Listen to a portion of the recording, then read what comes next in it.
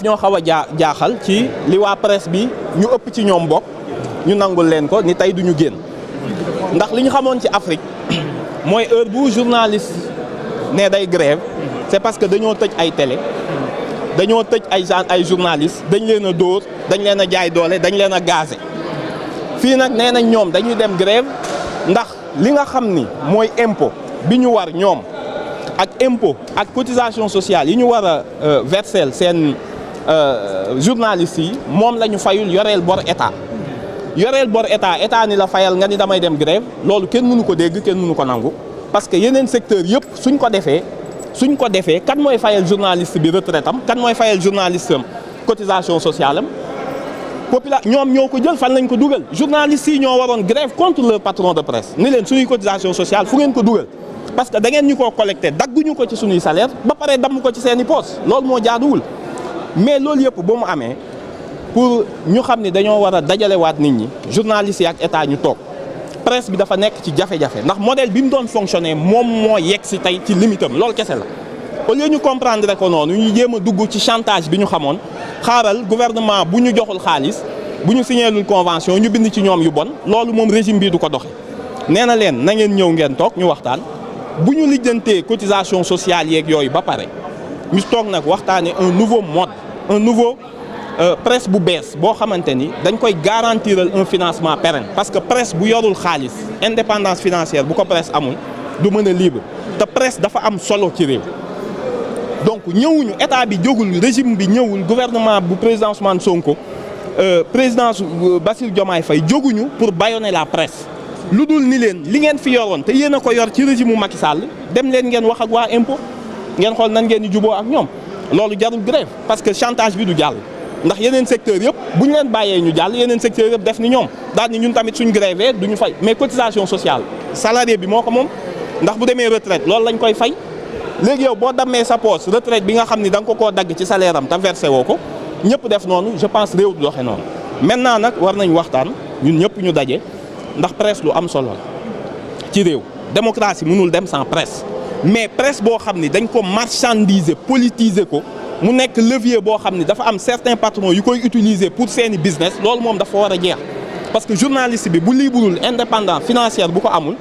groupe de presse yi suñu amul modèle bu bees boo xam ni ci la ñuy fonctionner mais ils vont dépendre toujours des turpitudes des politiques te loolu baaxul ci presse bi baaxul ci image yu presse baaxul ci démocratie donc foofu lañ toll mais ñu ngi ñaan ñu dajaloo ñoom ñëpp ñu waxtaan et je pense que suñ ci génnee chantage bi patron yi di def jàpp ma ni journaliste benn boo xam ni dafa ni dañ maa xañ ma wax amu fi benn bi ñu fi régime bi ñëwee ba léegi déggaguñ benn journaliste bu ñu emprisonné déggaguñ benn maison de presse bu ñu tëj juguñu journal boo xam ne nangu nañ ko wala ñu tëj ko loolu moom foog mu leer ci bopp nit ñi maintenant toog leen ngeen waxtaan ak état pour ñu def les états généraux de la presse wala les assises des médias ñu trouver parce que médias yi bari na kenn xamul kan mooy kan bis bu nekk nga gis titre bu bees titre bu génnee une semaine jaay benn nit pendant une semaine dootoo ko gisaat régulation boobu dafa am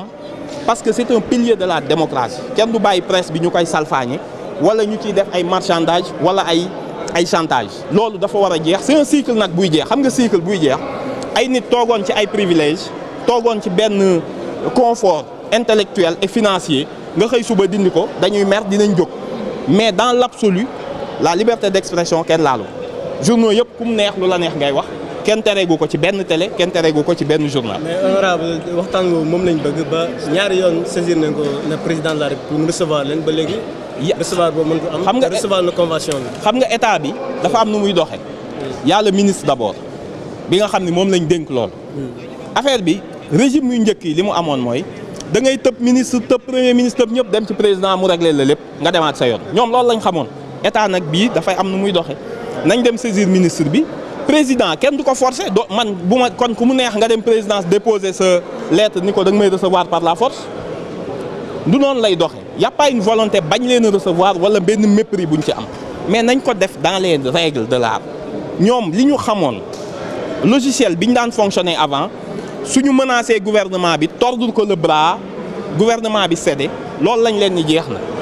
ñoom nag dafa am ci patron de presse yi loolu moo des ci seen bopp te loolu lañ ni leen duñ ko continuer mais le gouvernement est disposé à discuter parce que tey ku amul presse munoo wax yaa ngi ci démocratie donc le gouvernement a intérêt à avoir une presse libre, une presse boo xam ni fiabilité ak solidité financière am dootul dépendre ci desiderata politique dootul rek man da ngeen may neex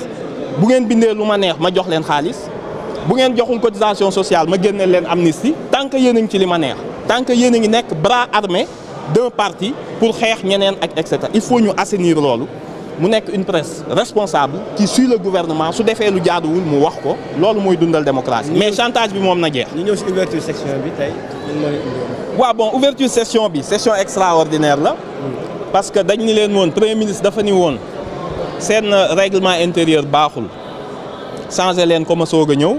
ñu ne ko prétexte ngay wut mais ñoom tey ñooñu woo ni ñu kaay leen moo ngi nii dossier baa ngi nii ñu changé règlement intérieur bi ndax li ngeen doon wax dëgg la donc tey li premier ministre doon wax dëgg la ndax l'objet de cette session extraordinaire bi ñuy def mooy pour changer effectivement le règlement intérieur pour se conformer à la restauration post premier ministre bi ñu delloo si donc ñu ngi xaar conférence président yi réunir tout à l'heure ñu wax ñu calendrier bi ñu discuter ko en plénière ñu xool lan lañ ciy téye ak lan lañ ci dul téye noonu la demee. Et c'est un des pas entiers de notre démocratie qu'on est en train de servir au lieu de la réflexion de fond. Aujourd'hui, on doit réfléchir, on doit se poser pour trouver des mécanismes de financement pérennes pour la presse dans son ensemble, que ce soit des financements publics ou privés. Aujourd'hui, c'est le défi qui nous interpelle et c'est ça qu'on attend à nos gouvernants, plutôt que de brimer la presse à travers une fiscalité, sans pour autant poser la question du modèle économique, la question du niveau d'investissement, la question de l'organisation de la presse dans son ensemble. Je pense que c'est une journée triste pour la démocratie, c'est une journée sans démocratie et c'est affligeant et c'est triste. Le Sénégal mérite plus que ça. Aujourd'hui, vous êtes présent ici pour l'ouverture de la section. Oui, la session extraordinaire porte essentiellement sur le règlement intérieur. Je trouve qu'après cette phase-là, une fois qu'on a décidé de faire le règlement intérieur, on aurait pu faire le débat d'orientation budgétaire, puisque c'est un débat important qui nous permet d'avoir les grandes lignes du prochain budget. Et aujourd'hui, quand on voit la convocation, ce n'est pas dans l'ordre du jour. Et puis moi, je suis un peu déçu par la modification du règlement intérieur, puisqu'elle est assez light, assez limitée, puisqu'il ne concerne que quelques éléments sémantiques et essentiellement les éléments relevant du Premier ministre. Alors qu'aujourd'hui, on a la certitude quasiment que le Premier ministre ne viendra pas. Ce qu'on aurait dû faire, c'est faire une modification qui porte sur de manière transversale, qui change le règlement intérieur en profondeur et pour la prochaine législature, puisque vous le savez tous, ce règlement est totalement à changer. Maintenant, on a décidé de faire uniquement une modification qui, à la limite, ne servira à rien, puisque je suis convaincu que le Premier ministre ne viendra pas. Donc on peut dire que l'histoire a donné raison peut-être. L'histoire ne lui a pas, puisque le règlement a changé. Vous savez tous que depuis des mois, on le réclame. Des députés ont déposé des demandes au niveau du bureau pour mettre sur la table la question du règlement intérieur. Je pense que l'occasion nous est donnée de réviser ça en profondeur et de manière totalement politique, puisqu'il y a des choix qui sont faits qui sont des choix politiques. Quand vous décidez de dire que dans cette assemblée, 10 députés peuvent former un groupe parlementaire, ça a des instances politiques, parce que ça peut entraîner le fractionnement d'autres groupes parlementaires. Mais aujourd'hui, décider de changer uniquement sur le règlement intérieur, sur les aspects liés au Premier ministre, alors que le Premier ministre ne viendra pas, alors qu'on ne peut pas faire la DEB, je pense qu'aujourd'hui, c'est un peu un déni de responsabilité ce qui s'est passé aujourd'hui.